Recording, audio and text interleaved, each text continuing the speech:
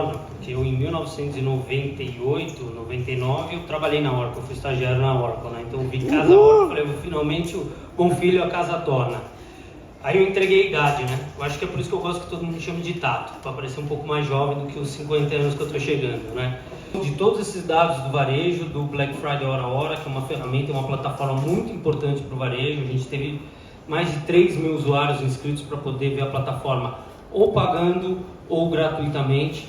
Esse é um resumo dos dados que a gente tem da Black Friday. Black Friday a gente está falando de varejo, varejo está aqui, né? Soluções para o varejo, por isso que a gente está aqui. Então, e quando chega na quinta-feira, a gente começa a atualizar o dado hora a hora. Imagina consolidar milhões e milhões de pedidos, separar em categorias, separar por itens, por canal, por região e poder entregar isso para o cliente. É uma loucura, a gente sempre passa um sufoco lá dentro. Então, o que eu estou trazendo aqui faz parte do ecossistema Conf, né? A Conf tem a solução B2B, mas ela tem soluções B2B também. E a Neotrust é uma delas, junto com a Social Soul e a After Sale. Não vou falar de todas as de pedidos que a gente faz a seleção hora a hora, utilização da inteligência artificial para poder fazer a classificação desses dados, senão seria inviável fazer isso e fazer essa separação, e sempre com muita neutralidade, para não expor nenhum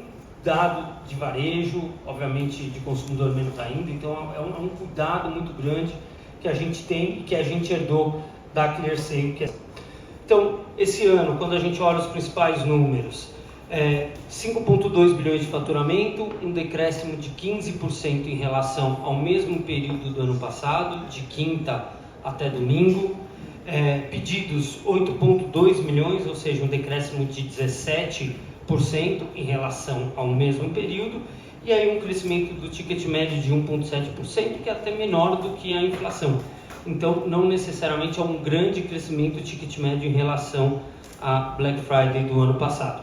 Em relação à semana anterior, ele cresce 20% em média, porque os consumidores aproveitam para comprar produtos mais caros, que geralmente eles não comprariam na Black Friday por conta dos descontos. Então, quando a gente olha em relação à semana anterior, o aumento é de 20% desse ticket médio. 2023.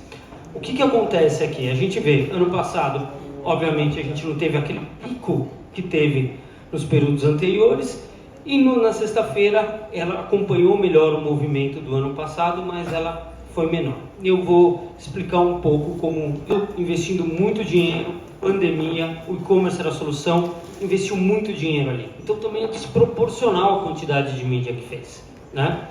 E esse ano, sexta-feira, um pouco menor, e aí seguindo sábado e domingo, mais parecido. Na quinta-feira chegou até crescimento em relação ao ano passado. Sair do furacão, que é a hora, e começar a entender esses números. Então, quando a gente olha novembro como um todo, novembro, seja, os últimos 4 anos, então ele é maior que o ano passado e maior do que os outros anos que foram recordes. O que a gente está sentindo com essa transição? Era Black Friday, que era sexta-feira, quando a gente olhava 10 anos atrás. Aí ela se prolongava para o domingo, para o sábado, para o domingo. Hoje é Black November.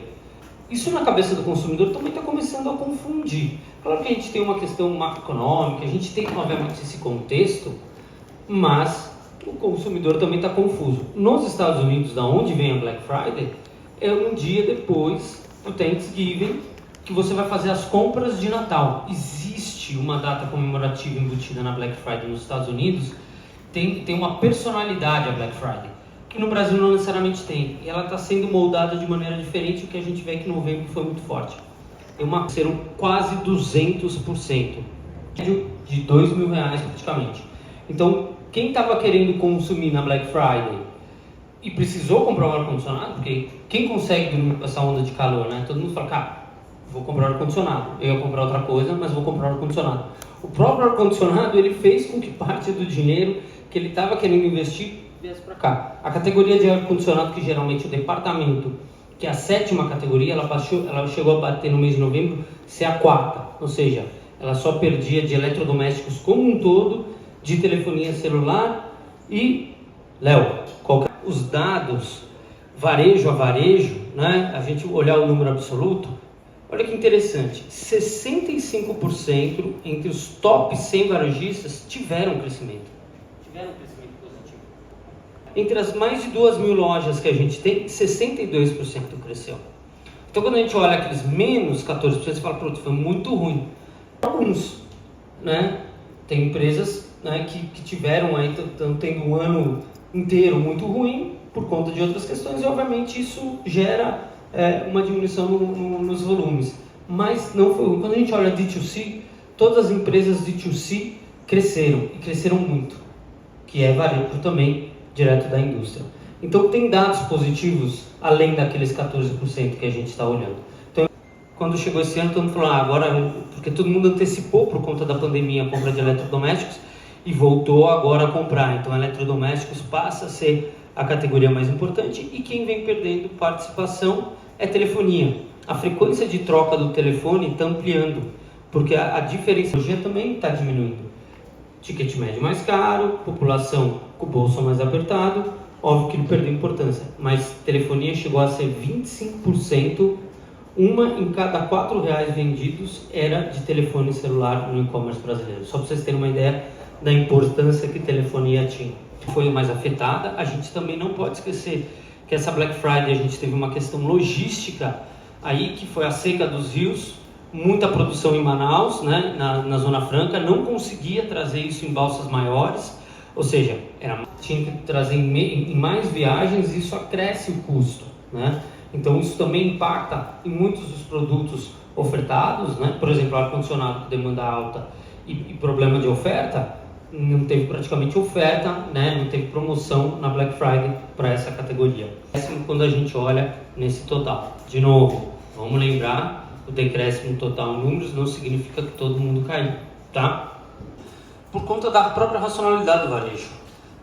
O varejo dava frete grátis, estava pagando a conta, isso era custo de aquisição e hoje você precisa melhorar a margem. Frete grátis faz parte do custo da venda, ele entra na margem direto.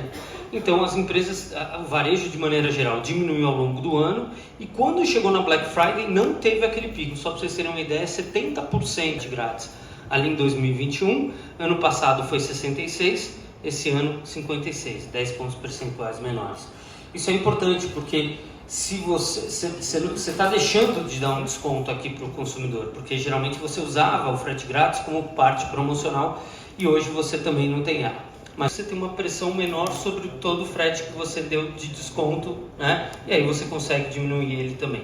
As empresas, foi um ano de mais racionalidade, inclusive, né? Ninguém estava esperando um grande crescimento da Black Friday esse ano, uma vez que precisava se olhar melhor as margens. Tá?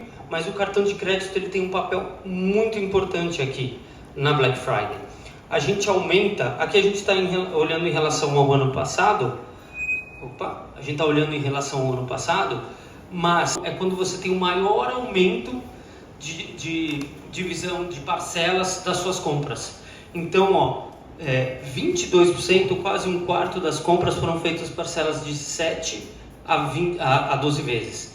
Então, a necessidade do cartão de crédito nesse momento para poder fazer esse parcelamento. Afinal de contas, para o brasileiro é o que cabe na parcela e não necessariamente o valor total do produto. 5 anos, quando a gente olha o ano inteiro, era o range de idade que mais contribuía para o decréscimo do varejo.